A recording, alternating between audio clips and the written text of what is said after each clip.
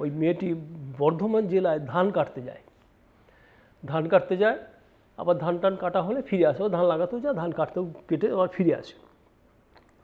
তো ওই গ্রামে একটি ছেলে থাকে, ছেলেটি খুব নয়, খুব লেখাপড়া জানে না। এখানে সাঁকরাইল বলে একটা যে জায়গা আছে, ওইখানে ও একটা জুট মিলে কাজ করে, হাতে কাঁচা পয়সা আছে। মাঝে মাঝে ওই গ্রামের বাড়িতে যায়। ও গিয়ে ওই বউটিকে বলে যে তুমি আমার সাথে দেখা করো সন্ধ্যেবেলা। তখন ও রিফিউজ করে যে না, আমি তো যাবো না। তখন বলো ঠিক আছে, তুই যাবি না তো দেখবি, তোকে গ্রামেই থাকতে দেবো না বলে সে তখন ওর টাকা দিয়ে বিভিন্ন লোককে কিনে নেয়। কিনে নিয়ে ওরা বলে যে এটা কি একটা গ্রামে তো রোগ জ্বালা হচ্ছেই, তোমরা দেখছো এটা কিন্তু সারছে না, তাহলে আমরা গিরিডি একবার যাই, গিরিডিতে গুনিনের সাথে কথা বলি। ও তার আগেই গুনিনের সাথে গিয়ে কথা বলে এসেছে যে তুমি বলবে আমরা লোক নিয়ে আসবো গ্রাম থেকে।